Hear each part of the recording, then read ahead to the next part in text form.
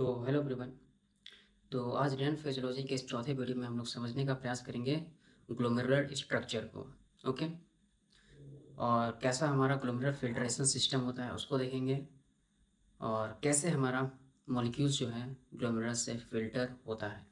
ठीक है, इन सारी चीज़ों को हम लोग देखने का और समझने का प्रयास करेंगे। ठीक है, तो हम लोग देखेंगे ग्लोमेरुलर स्ट्रक्चर। ओके, तो सबसे पहले हमारा आता है एफरेंट आर्ट्रियोल्स। ठीक है, एफरेंट आर्ट्रियोल्स जो होता है वो मेरा बहुत सारे कैपिलरीज में ब्रेक डाउन करता है। ठीक है, बहुत सारे कैपिलरीज में मेरा ब्रेक डाउन करता है। ओके, ब्रेक डाउन करने के बाद ये एनास्टोमोस करता है, और एनास्टोमोस करके ओपन होता है मेरा इफरेंट आर्ट्रियोल्स में। ठीक है, तो ये मेरा क्या है, ये मेरा एफरेंट आर्ट्रियोल है, ये मेरा इफरेंट आर्ट्रियोल्स है। ओके, तो ये बहुत सारे कैपिलरीज में टूटता है। हम लोग यहाँ दो तीन ही बना के समझने का प्रयास करेंगे। ओके, तो ये एफरेंट आर्ट्रियोल बहुत सारा कैपिलरीज में टूटता है और ग्लोमेरुलर कैपिलरी टफ्ट बनाता है। ठीक है, बहुत सारे कैपिलरीज का नेटवर्क बनाता है, और एनास्टोमोस होने के बाद ये ओपन होता है हमारा इफरेंट आर्ट्रियोल्स में। ठीक है, तो ये जो कैपिलरी है ये मेरा इंक्लूड रहता है double layer of epithelial cell से। Okay, double layer of epithelial cell में ये इंक्लूड रहता है। तो जो मेरा one layer of epithelial cell रहता है उसको हम लोग बोलते हैं visceral layer of epithelial cell. क्या बोलते हैं? Visceral layer of epithelial cell. और ये visceral layer of epithelial cell जो है वो बना रहता है बहुत ही स्पेशलाइज्ड सेल से, जिसको हम लोग बोलते हैं पोडोसाइट सेल। ठीक है, पोडोसाइट सेल से बना हुआ रहता है। पोडोसाइट सेल में ये मेरा फूड प्रोसेस रहता है। ओके, उसके बाद इधर मेरा रहता है parietal layer of epithelial cell. Parietal layer of epithelial cell, उसके बाद ये मेरा ओपन हो जाता है पीसीटी, प्रोक्सिमल कन्वोल्यूटेड ट्यूब्यूल में। ओके, तो ये मेरा बन गया स्ट्रक्चर। ओके, ठीक है। अब ये जो मेरा ग्लोमेरुलर कैपिलरी है इसके बीच में मेरा सेल्स रहते हैं कुछ। ओके, सेल्स रहते हैं जिसको हम लोग बोलते हैं मेसेंजियल सेल। ओके, और यहाँ सब कनेक्टिव टिश्यू भी रहते हैं इन लोगों के बीच में, मेसेंजियल कनेक्टिव टिश्यू। ठीक है, जिसको हम लोग बोलते हैं कनेक्टिव टिश्यू।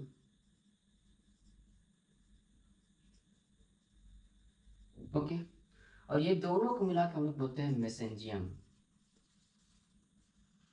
ठीक है, मेसेंजियम। Okay,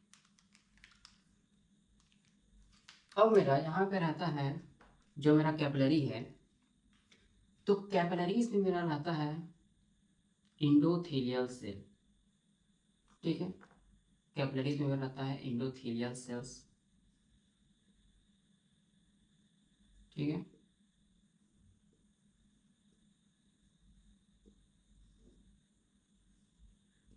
endothelial cell. ठीक है, अब मेरा ग्लोमेरुलर कैपिलरी का जो इंडोथेलियल सेल है वो special type of endothelial cell रहता है। इसका स्पेशलिटी ये रहता है कि इस इंडोथेलियल सेल में बहुत सारा मेरा पोर्स रहते हैं। ठीक है, ये मानते हैं हमारा इंडोथेलियल सेल है, तो इसमें बहुत सारा हमारा 1000 नंबर ऑफ पोर्स रहते हैं। ठीक है, 1000 नंबर ऑफ पोर्स रहते हैं यहाँ पे। ओके,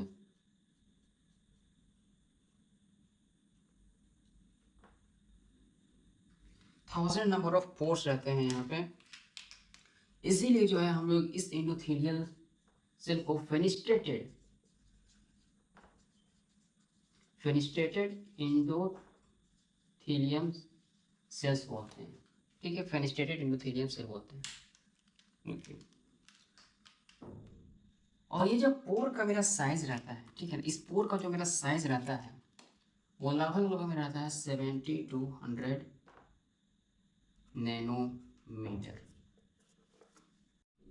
ओके, तो 70 to 100 नैनोमीटर इसका साइज रहता है। अब इंडोथेलियल सेल और इपिथेलियल सेल, ठीक है ना, कौन है यहाँ पे? ये कौन से एपिथेलियल सेल है? ये है मेरा विसरल एपिथेलियल सेल, ठीक है, विसरल एपिथेलियल सेल। और ये है मेरा parietal epithelial cell, parietal epithelial cells, ठीक है। तो मेरा विसरल एपिथेलियल लेयर और कैपिलरी इंडोथेलियल लेयर के बीच में एक मेम्ब्रेन रहता है जिसको हम लोग बोलते हैं ग्लोमेरुलर बेसमेंट मेम्ब्रेन, ठीक है, इसको हम लोग बोलते हैं ग्लोमेरुलर बेसमेंट मेम्ब्रेन, GBM। उसके बाद ये जो मेरा पोरोसाइट सेल है, विसरल एपिथेलियल सेल का जो पोरोसाइट सेल है, इसमें रहता है मेरा सिट्स रहता है। जो मेरा पोरोसाइट रहता है, पोरोसाइट सेल रहता है, उसमें जो फूड प्रोसेस रहता है वो बड़ा इंटरडिजिटेड रहता है। इंटरडिजिटेड रहता है कुछ इस तरह से मेरा इंटरडिजिटेड रहता है, तो बीच में कुछ स्पेस बचता है, ठीक है ना, बीच में कुछ स्पेस बचता है तो उसी को हम लोग बोलते हैं स्लिट्स, ठीक है ना, इंटरडिजिटेड स्लिट्स। तो यहाँ पे मेरा रहता है स्लिट्स, और इस स्लिट्स का जो मेरा साइज रहता है वो लगभग 20 to 30 नैनोमीटर रहता है। ओके, इस स्लिट्स का साइज मेरा 20 to 30 नैनोमीटर रहता है। तो यहाँ तक हम लोग देख लिए। यहाँ तक हम लोगों ने क्या देखा कि यहाँ पे मेरा एफरेंट आर्टरियोल्स आ रहा है। Afferent arteriole bunch of capillaries में ब्रेक डाउन कर रहा है, जिसको हम लोग ग्लोमेरुलर टफ्ट भी बोलते हैं, ठीक है ना, ग्लोमेरुलर कैपिलरी टफ्ट बोलते हैं। और वो इंस्ट्रोमोस करके इफरेंट आर्टरियोल में खुल रहा है, और दोनों साइड में मेरा आर्टरी होने के कारण यहाँ पर मेरा ब्लड प्रेशर बहुत हाई रहता है, जिससे कि फिल्ट्रेशन होने में हमको सहायता मिलता है। ओके, अच्छा, और यहाँ इसके इस बीच में, कैपिलरीज के बीच में जो मेरा इसको बेस प्रदान करता है कैपिलरीज को, और उसको हम लोग बोलते हैं मेसेंजियम, या मेसेंजियल सेल रहता है और कनेक्टिव टिश्यू रहता है, दोनों को मिला के हम लोग मेसेंजियम बोलते हैं, ठीक है। उसके बाद उसके नीचे में रहता है ग्लोमेरुलर बेसमेंट मेम्ब्रेन, ठीक है, और ग्लोमेरुलर बेसमेंट मेम्ब्रेन के नीचे में रहता है विसरल एपिथेलियल लेयर।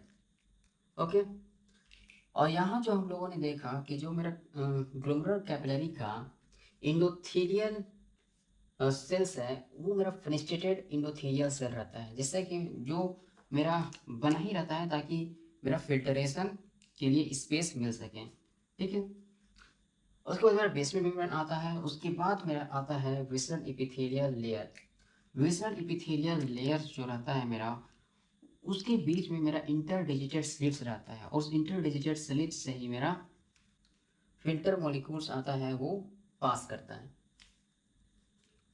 ओके, ठीक है, तो यहाँ तक हम लोग देख लिए। अब हम लोग इस पार्ट को हाईलाइट करके देखेंगे थोड़ा सा, ठीक है ना, इसमें थोड़ा सा बड़ा करके देखते हैं कि इसमें एक्चुअली होता क्या है, ठीक है। तो हम लोग बना रहे हैं बड़ा करके।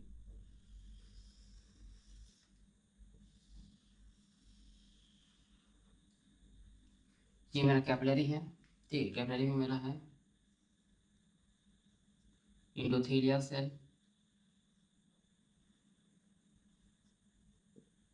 ओके, यहाँ पे मेरा इंडोथेलियल सेल है,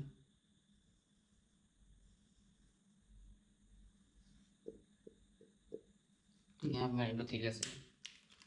और नीचे रहता है मेरा basement membrane, glomerular basement membrane, ठीक है, ग्लोमेरुलर बेसमेंट मेम्ब्रेन,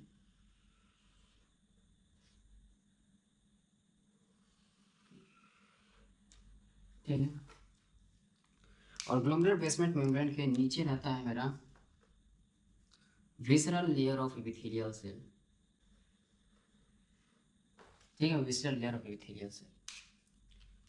तो हम लोग बेसमेंट में थोड़ा फोकस करें, और ग्लोमेरुलर बेसमेंट मेम्ब्रेन को जब हम इलेक्ट्रॉन माइक्रोस्कोप से देखते हैं तो इसके बीच में, ठीक है ना, बहुत ही डेंस हम लोगों को नजर आता है। ठीक है ना, ग्लोमेरुलर बेसमेंट मेम्ब्रेन के बीच में हम लोग को बहुत ही इलेक्ट्रॉन डेंस स्ट्रक्चर नजर आता है। ठीक है,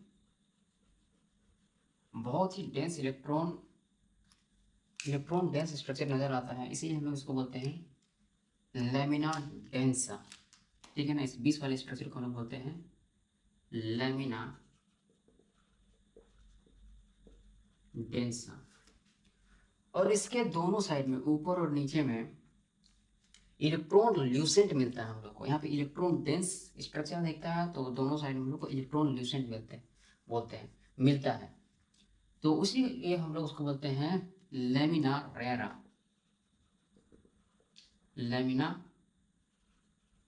रेरा। और जो मेरा इंडोथेलियम सेल के साइड दिखता है उसको हम लोग बोलते हैं लैमिना रेरा इंटरना। और जो मेरा इपिथेलियल सेल की तरफ रहता है इलेक्ट्रॉन ल्यूसेंट स्ट्रक्चर, उसको हम लोग बोलते हैं लैमिना रेरा एक्सटर्ना।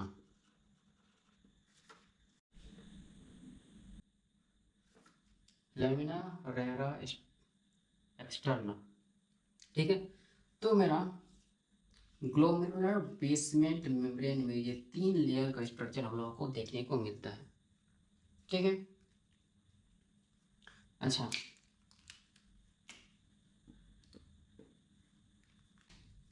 यहाँ पे जो हमारा रहता है एंडोथेलियल सेल में बहुत सारा हमारा पोर रहता है। ठीक है, इसी को हम लोग बोलते हैं fenestrated endothelial cell. Okay, fenestrated endothelial cell. और यहाँ पे रहता है मेरा इंटरडिजिटेड स्लिट्स। इसका मेरा साइज रहता है 20 to 30 नैनोमीटर। और फेनिस्ट्रेटेड एंडोथेलियल सेल का साइज रहता है मेरा फेनिस्ट्रेशन का 70 to 100 नैनोमीटर। तो ये जो मेरा ग्लोमेरुलर बेसमेंट मेम्ब्रेन रहता है, ठीक है ना, इसका अगर हम और अच्छे तरीके से और डीप में जाके देखेंगे तो ये मेरा बना हुआ रहता है टाइप 4 कोलेजन से। ये किससे बना रहता है मेरा? टाइप 4, ठीक है ना, made up of type 4 collagen. ठीक है, टाइप 4 कोलेजन। तो टाइप 4 कोलेजन का अगर हम स्ट्रक्चर देखेंगे, ठीक है ना, इसका स्ट्रक्चर देखेंगे तो हम लोगों को कुछ ट्रिपल हेलिक्स ऑफ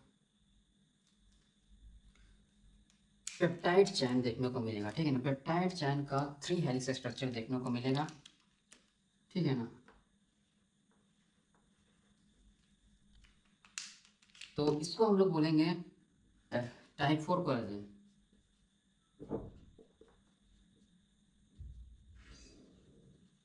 इसको हम लोग टाइप 4 कोलेजन।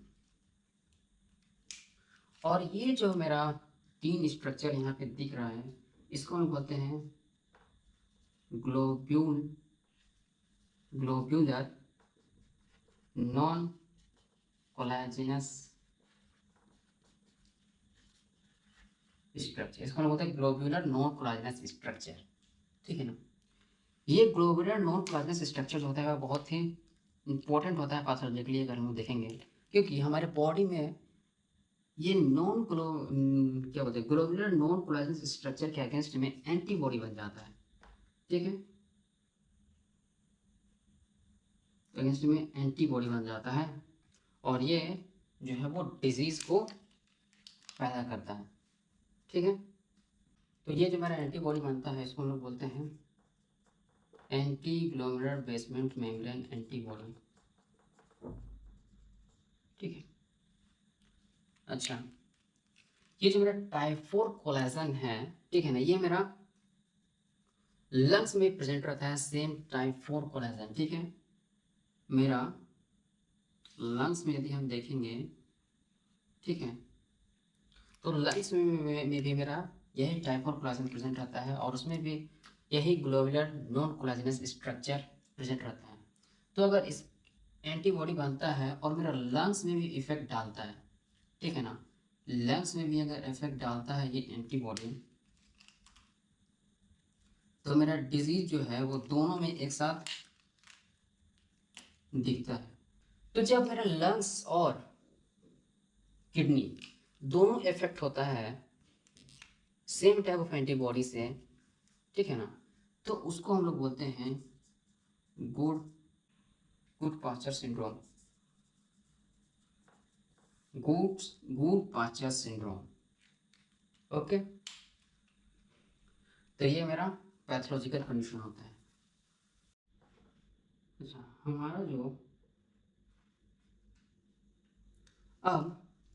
हमारा जो ट्रिपल हेलिक्स पेप्टाइड चेन था, ओके, जो कि बना रहा था हमारा टाइप 4 कोलेजन, ठीक है ना, टाइप 4 कोलेजन, इसके इर्द गिर्द बहुत सारे मॉलिक्यूल्स, ठीक है, इसमें बहुत सारे molecules negative charge molecule present रहते हैं, बहुत सारे नेगेटिव चार्ज मॉलिक्यूल प्रेजेंट रहते हैं, जैसे कि मेरा पोली एनायनिक प्रोटियो ग्लाइकेन, ठीक है ना, पोली एनायनिक मतलब बहुत ज़्यादा negative poly anionic proteoglycan like molecule present रहते हैं और भी इसके ऐसा मॉलिक्यूल प्रेजेंट रहता है जो कि इसको हाईली नेगेटिव बना देता है। ठीक है, हाईली नेगेटिव बना देता है। अच्छा, इसके अलावा मेरा इंडोथेलियल सेल में भी और इपिथेलियल सेल में भी नेगेटिव चार्ज रहता है, ठीक है ना, बाय द मॉलिक्यूल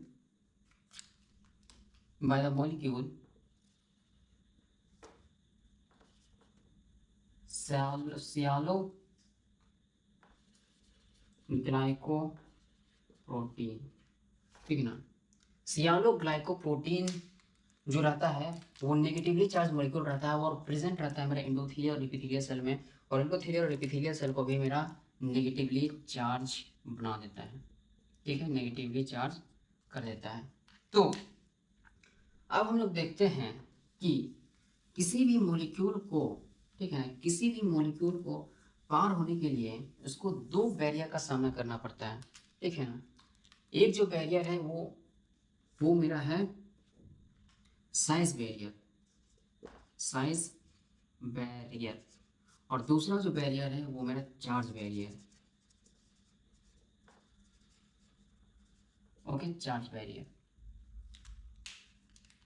तो यहाँ से जो भी मेरा मॉलिक्यूल पार होता है, जो बड़ा मॉलिक्यूल है जैसे कि मेरा आरबीसी, ठीक है ना, आरबीसी है, तो आरबीसी का मेरा साइज ही रहता है 7 to 8 माइक्रोमीटर, ठीक है ना। अगर हम डब्ल्यूबीसी का साइज देखेंगे तो डब्ल्यूबीसी का मेरा साइज ही रहता है मेरा 12 से 14 माइक्रोमीटर।